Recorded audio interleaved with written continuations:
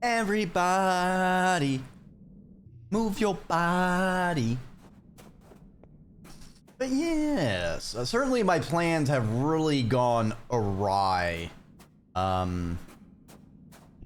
Leave it to fucking fascist police state chuckle fuck McGee's to ruin all of your carefully laid plans. I was planning on romancing Nem, but it seems she's hooking up with Vase, and also I just couldn't get any of her flirt events because it seems they were like the couple I saw were doing combat training, which my character I was aiming for more of a biologist, you know, animal handler kind of person, you know, not. I got a little combat training, but that was mostly because, you know, kind of role playing, and it was like after the first couple attacks. It's like, all right, I need to know a little bit of self-defense. Made sense at the time. But like I've been getting various like events to flirt with all the characters except Nem. It really seems like Nem really was only wanting to flirt during combat, and I'm just not really doing that action very much. Max out perception. Yeah, that was actually very early because I was sneaking out with dice.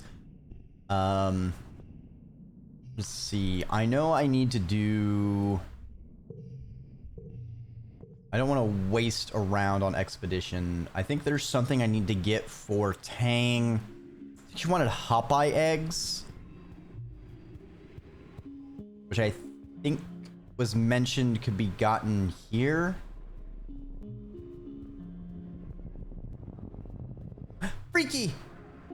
Your path is blocked by a massive 8-legged xenofauna, something between a spider and squid and a bear. It's in a rage, grunting furiously and bashing itself against trees and rocks at random. You duck and hide as it glares in your direction, its breath heaving and dozens of eyes gleaming with madness. It's the same soft pink and purple you recognize from the multi-legged Dreki that live in this area, but so much larger. Could this be a related species? Its gaze drops from you to your pet Dreki, Spoctoshroomus, who chitters and runs up to it, waving its grasping tentacles. The gigantic creature huffs and leans down to sniff it, its rage forgotten. All right, time for a Singa. 63, easy peasy. Lemon squeezy. Actually, what if I do this? Lame. All right, we got to keep between rounds. Love that for me. I'm gonna do this. Ooh. All right, we just need 13. 5 kudos if we get equal to goal. All right, so we do this. Oh! Oh, that combo! Oh, that combo! Fortunately, we need to break it because we need to get exactly 23. 21. 22. 20. Fuck! 23. Calculated. Meant to do that. Give me them kudos. Give me. Real close to getting perk 3 for animals. It's a strange approach, but you've seen it work in vids. Sometimes music can soothe the savage beast. You sing a lullaby, and the great beast looks at you with curiosity. Eventually, its eyes drift closed, and it settles down, tucking its many legs underneath it. Must have been very tired to begin with, like a toddler who skipped their nap. You leave the creature and move on. Kill it? That's fucking rude.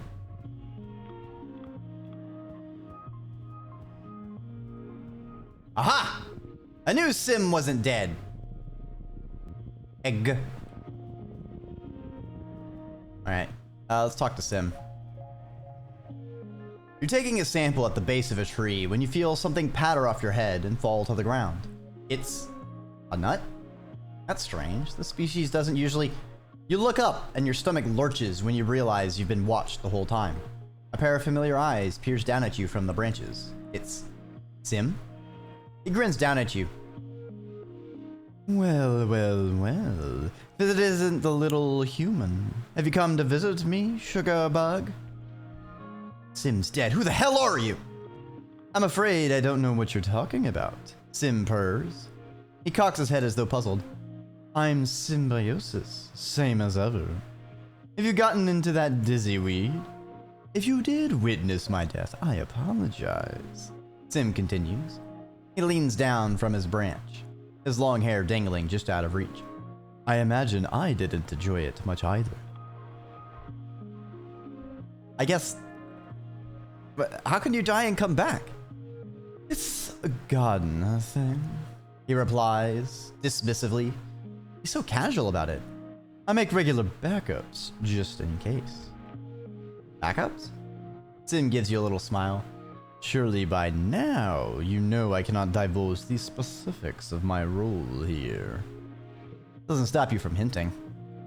Sim's smile grows wider, and he trills with laughter. I know. Oh, having a secret is much more gratifying than I expected it would be. I guess I'm happy you're alive? Sim sighs gratuitously. I wish everyone felt that way, he mutters. One of my associates seems to feel otherwise. At your confused look, he waves his hand. One of the other gardeners, Noctilucent. They really don't care for your humans, I'm afraid, and they're aware I've taken an interest in you. With a soft whoomph, Sim drops gracefully out of the tree and dusts himself off. He claps you on the shoulder. I'd watch out for them if I were you, he says. They're quite dangerous. Sim turns to leave, but you sputter and grab his sleeve. You can't... After all that, you deserve some answers. Real ones. He owes you that. He turns to you, one arch eyebrow raised. What is it, Solana? What do you really do here? Sim gives you a blank smile. I am a gardener, he says, simply. I was created to be a gardener, and I imagine I will be one until my services are no longer required. You look of confusion. Sim softens. Humanity is so concerned with purpose, he says sadly. It's because you were not created for one, and you spend the entirety of your short lives under the impression you need one. The concept of having a purpose must be seductive. He shrugs one elegant shoulder. My existence is simple. I act in the ways for which I was created. It is not an interesting answer for an individualistic species as yourselves, I am aware. Perhaps we must both accept that it may be beyond the human capacity to comprehend. Okay, but are you really Sim? The one and the same, Sim answers, carefully prying your hand from his clothing. I acknowledge this is difficult for you to understand.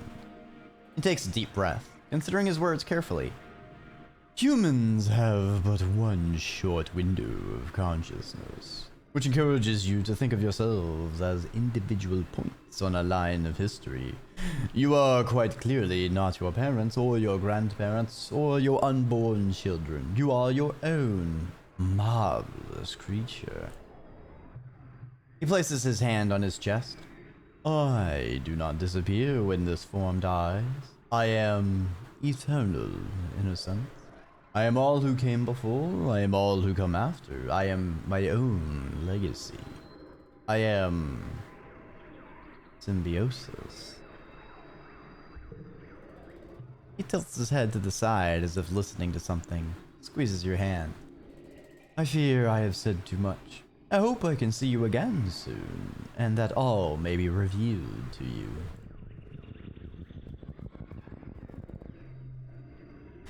You spot a... Did you kiss him before he knew? Why is that blocked? No. Because I'm not doing any flirty actions with anyone I didn't intend to romance. Right now I'm just kind of friends with people. With Nem being in a relationship with Vase and me apparently being unable to turn her away from the path of the police state. I'm afraid all those plans have gone the way of the dodo, so I'm just kind of vibing. Yeah, man, just smooching. Next thing you know, you're gonna talk about some unprotected hand holding. Ooh. Now that would get you an instant timeout. I tell you what, way too spicy for Twitch. You spot a hop-eye nest, just like Tangent asked you to find. There are 9 eggs inside, all packaged up in what looks like a delicate spun glass cocoon. You don't see the parents. All right, let's get some egg.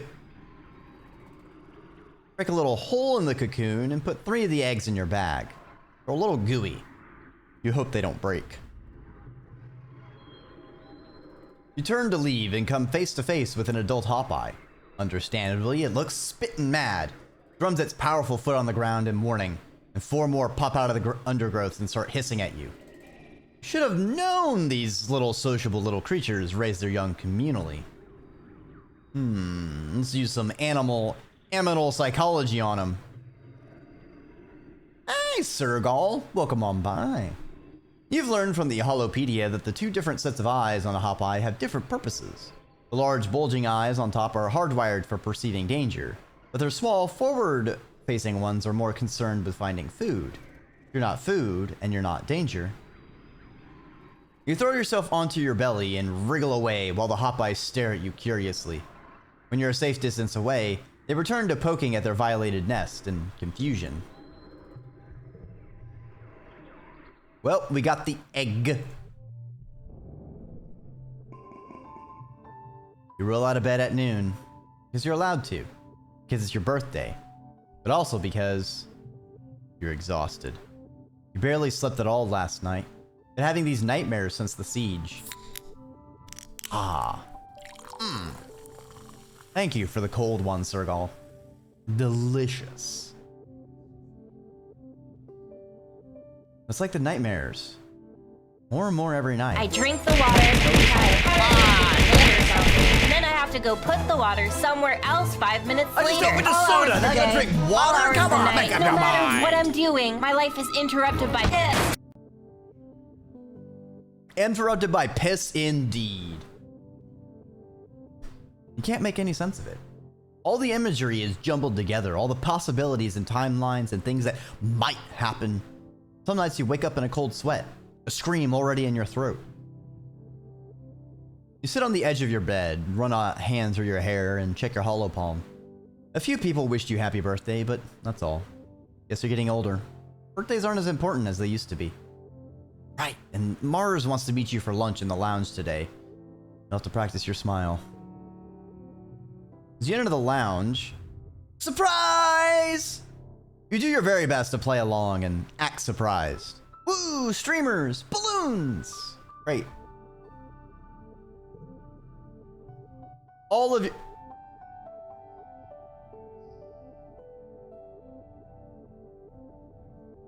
Why is the game giving me a Tammy?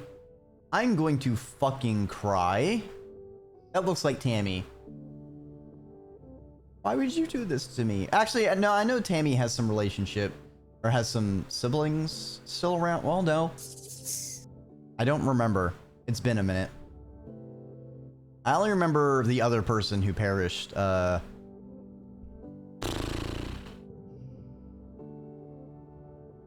Pollen was the only other one I remembered. Looks like there's 2. I kind of wish they didn't have these question marks. I don't know if it's like a UI limitation, but I wish it was blanked out. And then as we met new people that were important, they would appear in here. All your friends are standing around wearing goofy hats and clapping. Nomi is holding a bunch of balloons larger than they are. Rex is wearing a cute little waiter's outfit with a bow tie. You accept their hugs and birthday wishes, trying to hide your exhaustion and demurring with a few pointed, "All this for me? You shouldn't have. Oh, really?" Rex wanders around with a tray full of little snacks, offering them to everyone with a vampy accent and a silly, airheaded giggle. The goofball act chips away at the natural awkwardness of a surprise party. That is, the first 5 minutes after everyone shouts surprise. Soon everyone is laughing and enjoying themselves. Despite your exhaustion, you start to smile too. Your friends are so amazing. They're all here because they care about you. Then you get some unexpected guests. The lounge begins to fill with Helio kids, mostly ones you don't know. The ones who usually keep to themselves and, well, don't much like you original stratospheric kids. Oh, some chuckle fucks about to crash my birthday party and start some shit, are they? Hey Vance, beat the shit out of you on the mat. I'll fucking do it again. Catch these hands. I saw you bullying Cal. Don't think I won't. Glass jaw motherfucker. Vase and Nem are with them, his arms draped over her shoulders. Nem gives you a little wave of acknowledgement for your birthday, which earns a weird look from Vase. "Hey, who invited you guys?" Cal says, stepping forward with his hands clenched. "This is a private party?" "It's a public lounge," Vase replies. "We can sit wherever we want." Cal stomps right into the midst of the Helios. "You guys think that just because you fell out of the sky, you're the wormhole's gift to Vertumna," he spits out. "We don't need you. We never needed you. All you do is make things worse, like this party." You've rarely seen Cal so ready to fight.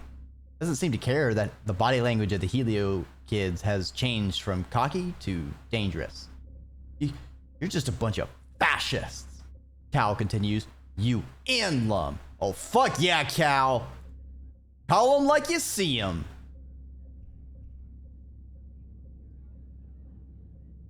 I mean,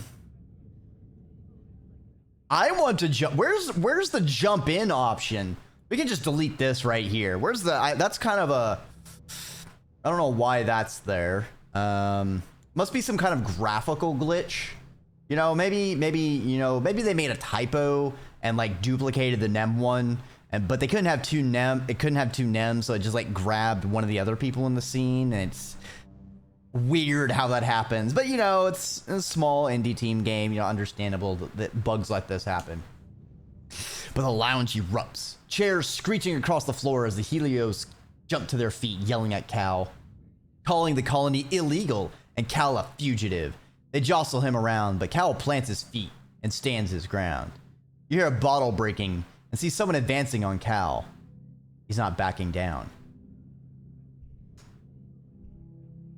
I feel like if I say fight, that we're not jumping in and helping Cal, and it would just be Cal versus the Helios. I don't want Cal to get the shit beaten out of them.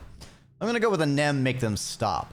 Now, my hope here is Nem. This causes Nem to be on our side and breaks her link with the Helios people, and she stops being with them and comes back to the side of sanity. Because you know the anarchist commune rebellion is going to happen any minute now. Okay, so we need to get the band back together, you know. So Nem, make them stop. Hey guys, come on guys, cut it out. Nem says tiredly. It's Solana's birthday. Don't make it a big thing. They seem to respect her, so they back down. Not before a few parting libellous shots at Cal's parentage and alleged actions with animals. All right. She turns to Cal and pokes his finger in his chest. You provoked him on purpose, she says angrily. I am not your friend anymore. It has me stick up for you if you're being an asshole. All right, we need to go back. We need to go back. We need to go back. Nem, you've changed, Nem. That's not a good thing. You really need to look in a mirror, all right? And you really need to look at the company you keep, all right? Just saying, Nem. Just saying. Well, Mars exclaims, clapping her hands, That was enough excitement, I think. Let's move on to the important part. Cake and presents.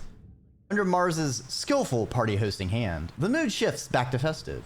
You enjoy your presents and cake, but tensions boiling over like that is a bad omen for the rest of the year. Is this going to be the year of the uprising? Mars, your beloved. I like Mars. Mars has such a cool design. Some of her stuff has kind of rubbed me the wrong way, though. Calling us her underling. Oh man, some of the stuff has been really not cash money, my friend, my dudes.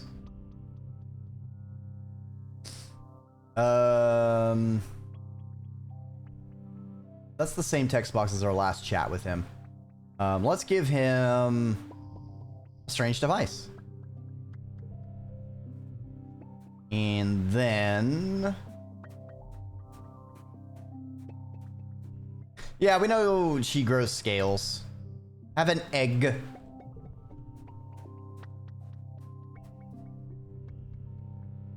I've already given you something, and I think I've already given something to Rex and Nomi? Yeah. In Mars's? I don't... no, I didn't. There was a lot of stuff that was rubbing me the wrong way with Mars, so I kind of stopped. Dude, I didn't have a glut of items. Now that I do, though, I can go ahead and start giving her some stuff to get things up. She's not gonna be up there like I am with Cal and Dice or Tang, but still something. All right, we need to rest because we are tired. Your mother's white estrania flowers are flourishing in the garden, and everywhere else too. Really taken to something in the soil here. You even see them outside the walls. Something must be carrying their seeds out towards the wilderness. Interesting. Do we want to get rid of a 3, a gem 3, or a 5?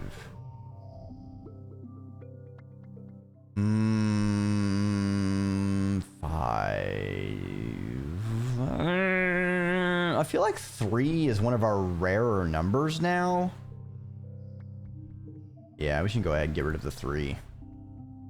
You find Tangent in engineering and set down the bag of squelchy, goopy hop-eye eggs. Her eyes go wide. You found them, she exclaims. That's wonderful. I was beginning to think you'd forgotten all about my request. She reaches for the eggs, but stops. Wait, what does that sound? Are they? They are. You hear a wet cracking sound coming from the bag. You're about to witness the miracle of life, Vertumnan style. What do? Analyze the process. You pull out your holopalm and prepare to take notes. I missed the opportunity. Ooh, almost maxed out aminals. Fuck, I clicked twice.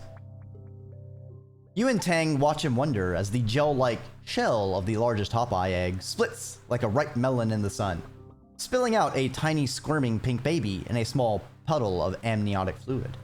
You watch the last 2 eggs intently, but through the clear eggshells, you can't see any movement inside at all, not even a heartbeat. Okay, Tang says. We only need 1. The tiny hop-eye is on its feet. Well, foot, within minutes, taking cautious little hops on the sleek surface of the lab bench. Magnificent, Tangent says, keeping the palm-sized hop-eye from falling off the table. I expected them to be helpless at birth, like kittens or birds, not already moving around like an ungulate. Incredible. I can't wait to study it. It's yours. Perfect, Tang says. Let me get a specimen container for it. She leaves you with the tiny, clumsy thing, which chirps and blinks up at you unevenly with its 4 eyes. Well, whatever Tang and Dr. Instance are going to do with it, it's probably for the greater good of the colony. Well, I don't like that. I also love how it seems like all the animals on this planet blink like frogs. They all do the frog blink. Alright, we are 2 away from maxing aminals.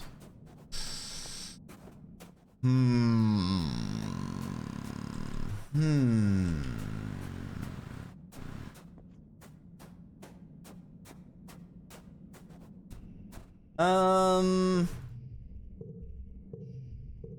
know, we had something new when we revisited Forage in the Valley.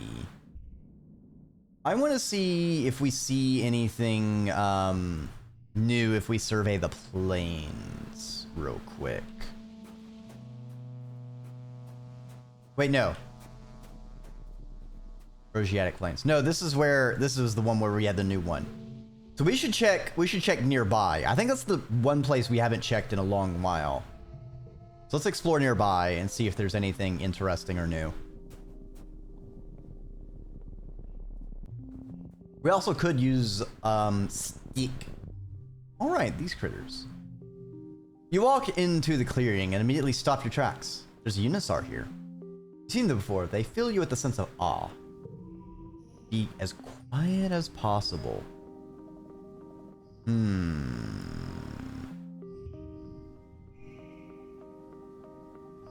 Neighbors become wild.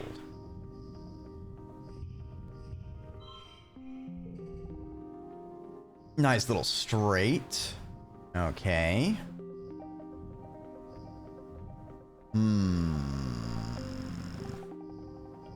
I would appreciate no spoilers or anything like that. I prefer to go into things blind. Do that. All right, now I got a pair of 6s. Trifecta of 6s. And then I'll throw 4 in here. Why not? All right. So, what's our super goal?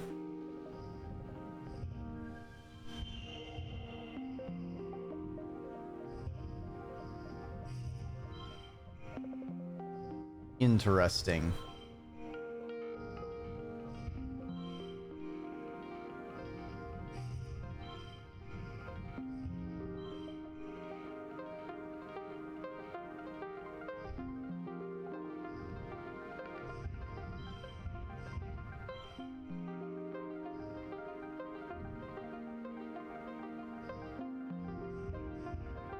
Wait, +7 if this is the only blue card.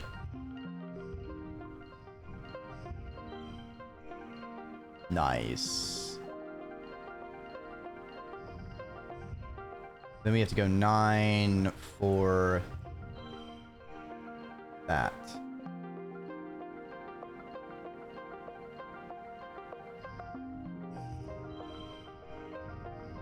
Oh, I need... Alright, so if I do this... Fuck it. Ooh, we could have gotten a 51. Kalos? Hey, Kalos! Welcome on by! I hope you're having a fine, fantastic Friday. As you settle in to watch it... Actually, it's probably not even... Probably more like Saturday for most people now. Oh, Exocolonist streams be like... Where'd the time go, bro? It went that way! As you settle in to watch it from behind a strand of mush trees, the Unisar looks up towards you, startled by your movement. Try to hold perfectly still and quiet your breathing. For a tense moment, it goes back to its business. First it sniffs out a good tree, then rubs its scent glands on its neck against it strongly. Then it pees, like a majestic crystal waterfall on a rock. Everything it does seems magical. Next, it sharpens its horn against a rock, which is scored with marks from having done this before. It must be its favorite sharpening rock. You notice the bulge in its stomach. Must have had a huge meal recently. Eventually, it curls up for a nap. You quietly sneak away. This is so wonderful. Vertumna is a magical place. Level 3 pets. Ooh. So now resting in the park, we can upgrade our pets once again. Nice. Very nice.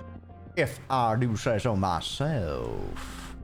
I'm actually going to equip our Dreki. Ooh. That new Dreki art is Interesting. Hold on. I want to put our pets next to each other.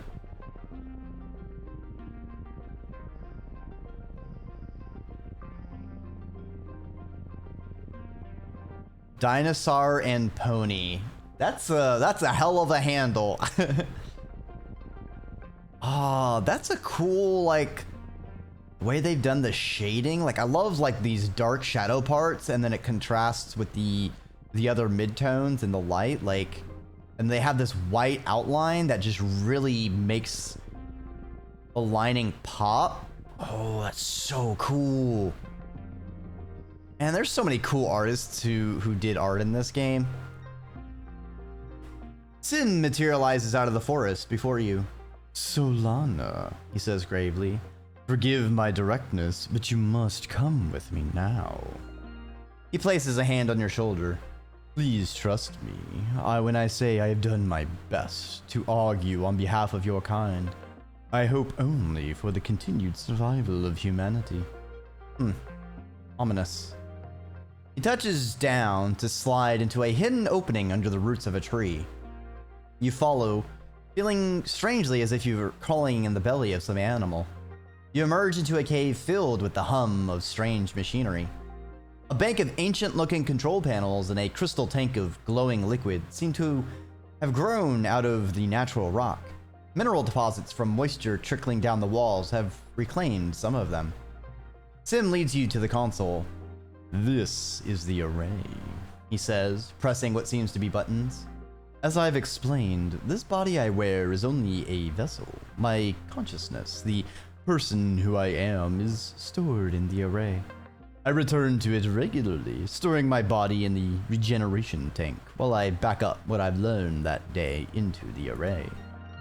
Physical forms are prone to injury and death, Sim says quietly. It is temporary, but highly unpleasant. Therefore, the Overseer prefers to remain in the array. Sim directs you to two weirdly fungal growths. Please, take hold of these interface handles. You cautiously touch the handles and say, so the Overseer is a computer? The word software would be more accurate. Play it cool. You can feel the Overseer pause, then a sensation in your mind that reminds you of something clearing their throat. I am the Overseer, the voice continues. I speak for the Gardeners. We will now show you what we are. You have the oddest feeling of memories being inserted into your mind. First a trickle, then a flood. A civilization called the Convergent Domain once existed on this planet over 20,000 years ago. In your mind, you see their dominion stretched from pole to pole, their farms and solar arrays glittering on the surface as their massive cities tunneled below. I already know about the domain. We are aware of that. The Overseer replies, its voice dry in your mind. We know most everything that happens on this planet. The Convergent Domain created the Gardeners as their ecological control system. A vast network of artificial intelligences stored deep underground in a digital array. Self-propagating control towers and cloning stations were seeded, allowing a gardener program to take biological form, downloading a copy of its consciousness into a host body created to suit the task at hand. You think of Sim, his body created to suit the task of befriending you? Under the direction of the Convergent Domain, the Gardeners controlled the weather, the acidity of the soil, the cultivated species in their forms, and the rapidly shrinking wild areas of the planet. The Overseer doesn't quite sigh, but you get the impression it would. Over time, the Domain nearly destroyed this planet. There were too many of them? Correct, the Overseer responds. They could not stop multiplying with a pride and compulsion that can only come from evolutionary drive. They paved the planet's surface with solar panels to run their massive underground cities. There were millions of them, billions, tens of billions, too many for the planet to sustain. The last directive the Gardeners were given by the Domain was to repair the planet's destroyed ecosystem. The Overseer says solemnly, the gardeners tried, but it was too late. The crops failed and the atmosphere became too thick for sunlight to pierce. The convergent domain perished by the billions. The last survivors took to the sky in colony ships and never returned. Perhaps that might remind us of a place. You try to imagine a tragedy on this scale, but it's just too enormous, too abstract to wrap your head around. The Overseer continues relentlessly, new thoughts flooding into your mind. Over the millennia. Oh yeah, thank you for the boop, Sergal. You try to imagine a tragedy on this scale, but it's just too enormous, too abstract to wrap your head around. I gotta sneeze.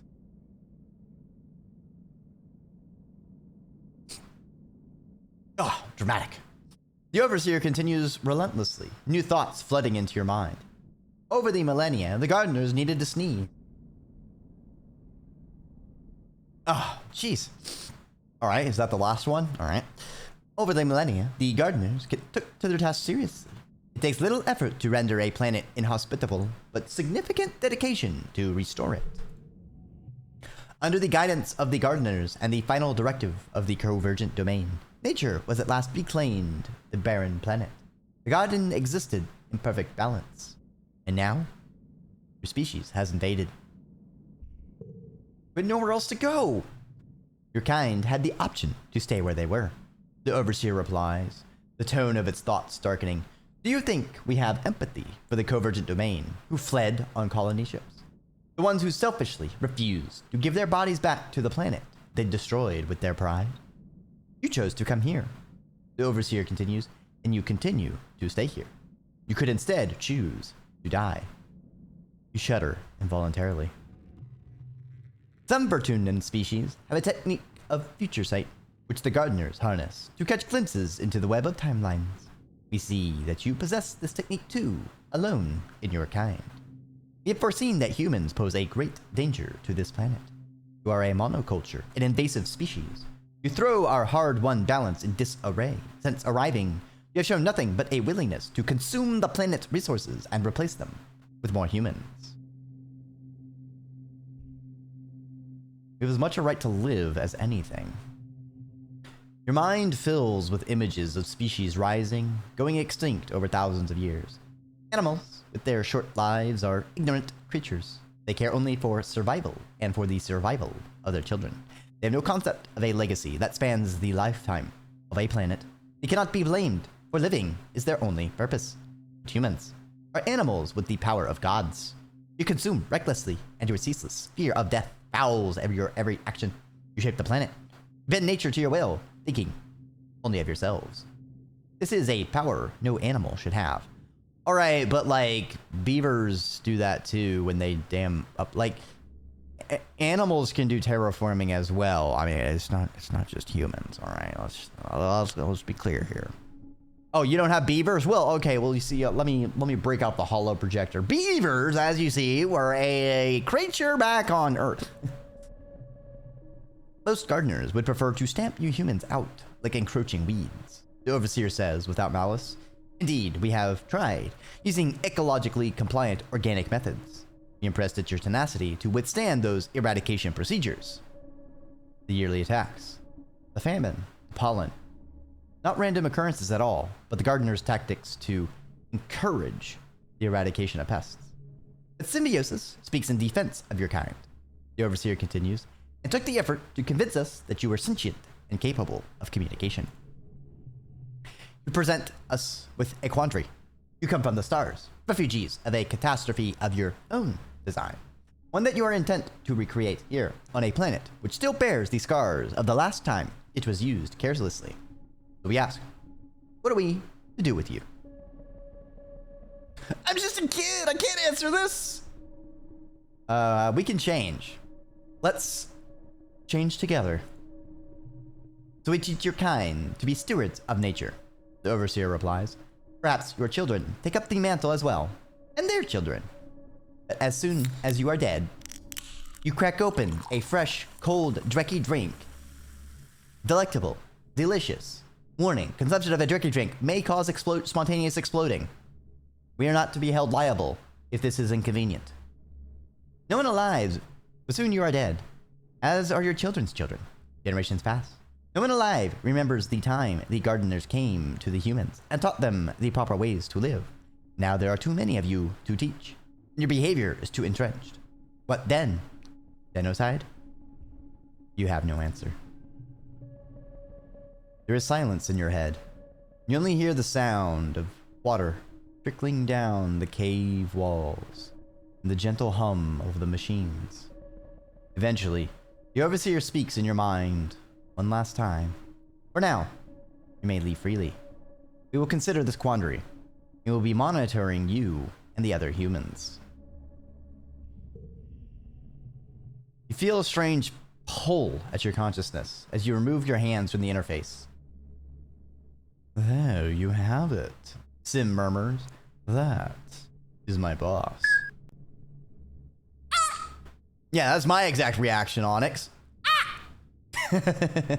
Welcome on by. Your boss needs to get out more.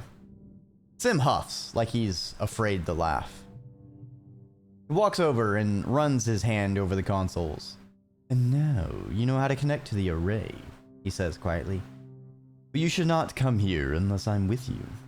Sim takes your hands and looks at you solemnly. When you interface with the array, you hold everything we are in your hands. It took a great deal of negotiating to convince my fellow gardeners to trust you with this power. Please, do not prove my distrust mistaken. Augment, AI construct. Alright, that's fair enough. Very interesting that it seems Sim is potentially a transhumanist ideal existence, being able to exist as an infomorph, but also download themselves into a biological form if they wish to exist as such. Interesting, very interesting. Oh, I think of like a head pads.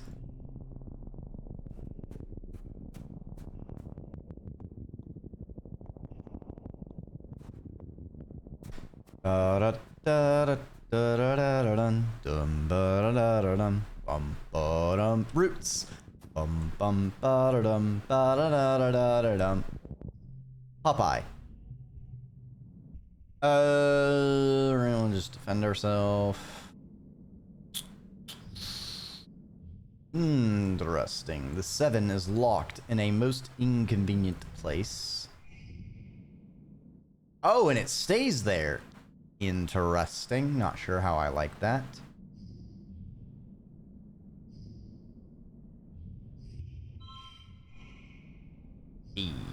That works out. Nice, nice. This is a keep between rounds, so we can go for a 30 or 31. We'll do the 31. We can do 6, 7, 5, 6, 7. Nice.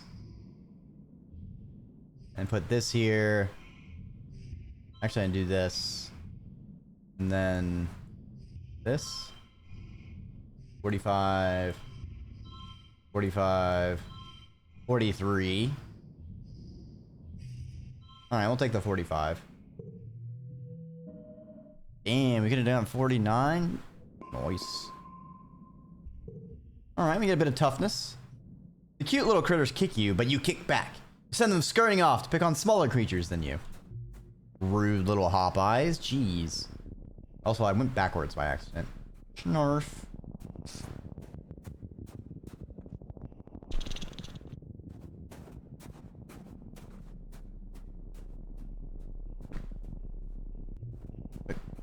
Get some herbs. Get some sticks.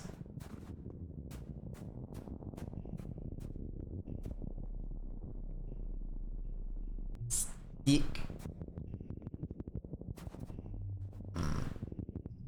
Area seems much smaller these days.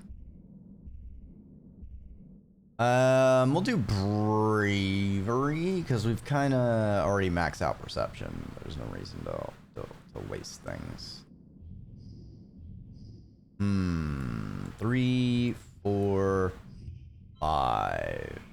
21. Respectable start. 6, 7.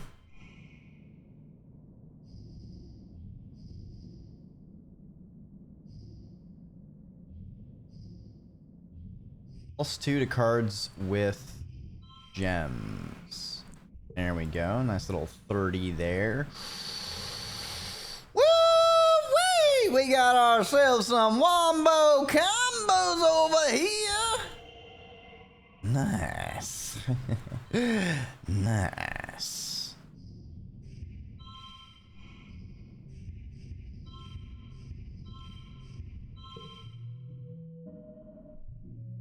Good enough for me, baby. Good enough for me. You have to cross a fallen log over a deep ravine to get there. Today you make it across, controlling your fear and walking steadily without shaking. There it is. The natural bobber fruit orchard is as beautiful as ever. But it seems that someone has been here before you and picked the fruit clean. Well, that just leaves more time for you to relax and enjoy the scenery. Let's head on home.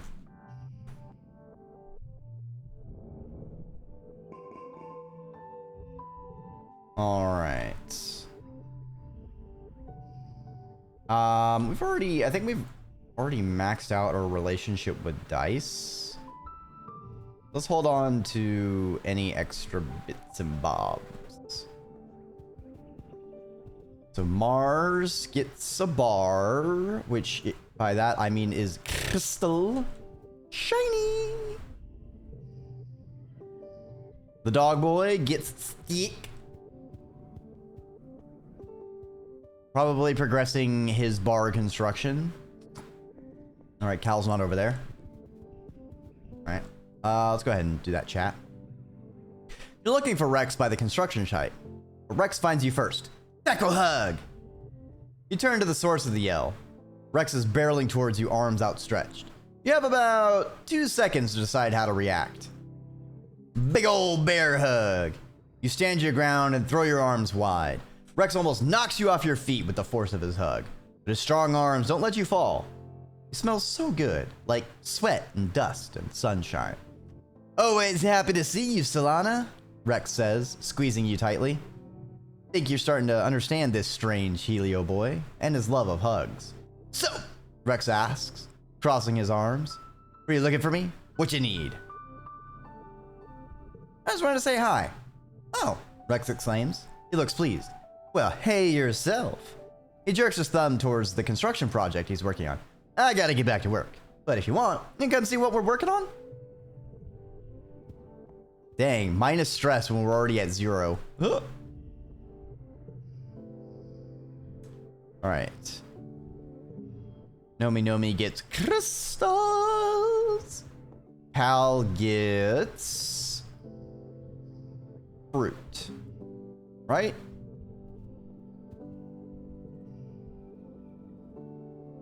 Yes.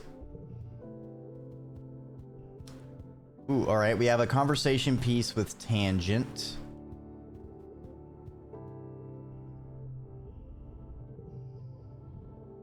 Here, you can have herbs, I guess. Trying to lure Nem away from her current ill-planned relationships. Or affiliations, at least. You bump into Tangent after a routine checkup in medbay. Solana, could you wait a moment? Almost done. Let's walk out together. Dr. Instance gives you a curious look as Tang hurries to catch up to you, but goes back to work. You wonder if Tang needs something from you or just wants to hang out. Lately, it seems like she has less time for her friends, preferring to work late at the lab. Maybe she's lonely. Ah, nice weather we're having, Tang says as you walk outside. You look around. Seems pretty normal for the season.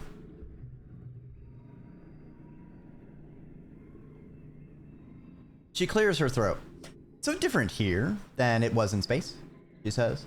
Growing up in a spaceship was so clean, tidy.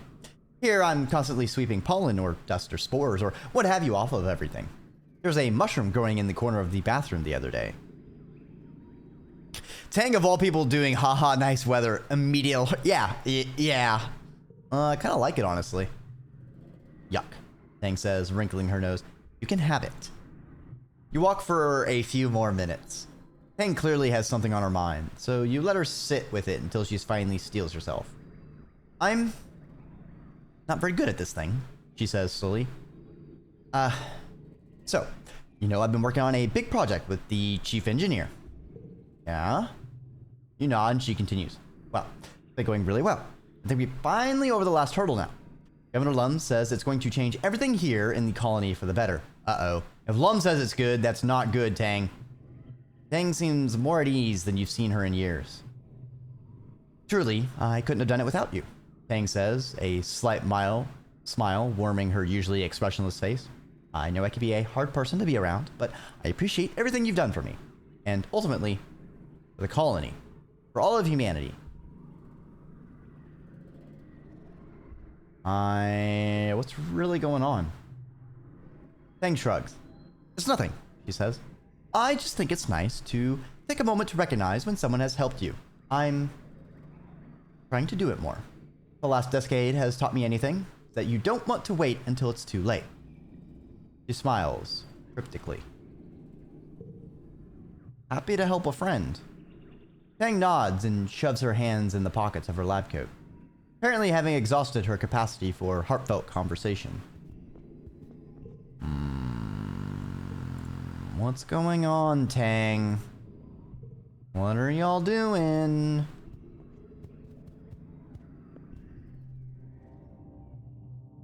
Alright, let's tutor. Nomi needs help studying for their physics class. They have an idea that they want to be an engineer when they grow up because they like robots and holograms, but they're having trouble actually, learning any engineering. Nomi pulls up a practice test on their holopalm. The Earth textbook are full of this kind of dull rote learning, useful only for finding gaps in your knowledge. For Nomi, though, gap seems to be everything. Oh, I'm hopeless at this, they exclaim, tugging on the ends of their asymmetrical haircut. There's just so many numbers and formulas. I didn't know there was going to be so much math in engineering. And I have to figure out what I'm going to do with my project. They continue. I want to code a chatbot, Solana, next week. How do I get from here to there?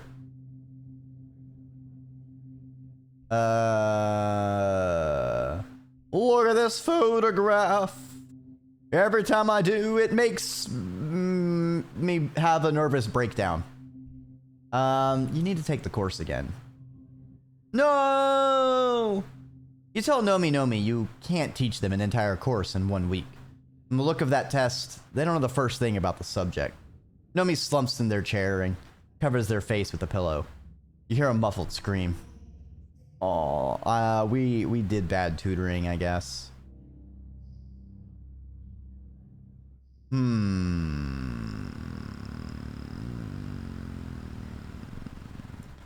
5?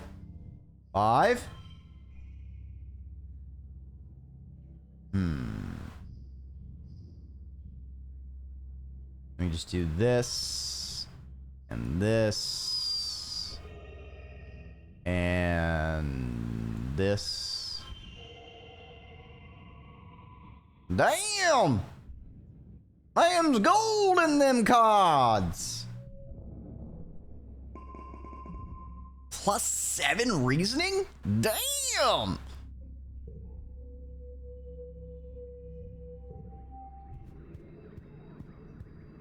Well, it is pollen season. It's, them trees be fucking alright. Look at all that pollen. It's everywhere.